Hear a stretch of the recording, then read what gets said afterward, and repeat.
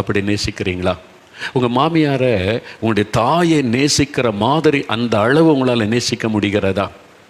உங்கள் மருமகளை உங்களுடைய சொந்த மகளை நேசிக்கிற மாதிரி நேசிக்க முடிகிறதா? அந்த அன்பு இருக்கு. நீங்கள் மருமகளை நேசிக்கிறீங்க, மாமியாரை நேசிக்கிற உண்மைதான். ஆனால் இயேசு சொன்ன அளவு என்ன? உன்னிடத்தில் அன்பு கூறுவதை போல நீ அன்பு கூற வேண்டும். அந்த அன்பு இருக்குதா? உங்கள்கிட்ட அன்பே இல்லை, நான் எப்படி உன்னை குணமாக்க முடியும்?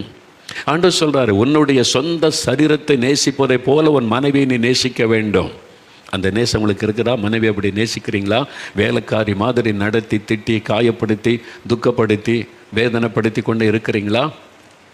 மனம் திரும்பணும். இன்றைக்கு மனம் திரும்பணும். அந்த அன்பு எனக்கு வேணும். அன்பில்லாதவன் தேவனை அறியான். ஆண்டவருடைய வசனம் சொல்லுது, அன்பில்லாதவன் தேவனை அறியான். அன்பு இல்லாவிட்டால் நீங்கள் தேவனை அறிய முடியாது. தேவன் அன்பாகவே இருக்கிறார். அப்போ இயேசு சொல்லுகிற அன்பின் அளவு என்ன? உன்னை நேசிக்கிற மாதிரி நீ மற்றவங்களை நேசிக்க வேண்டும்.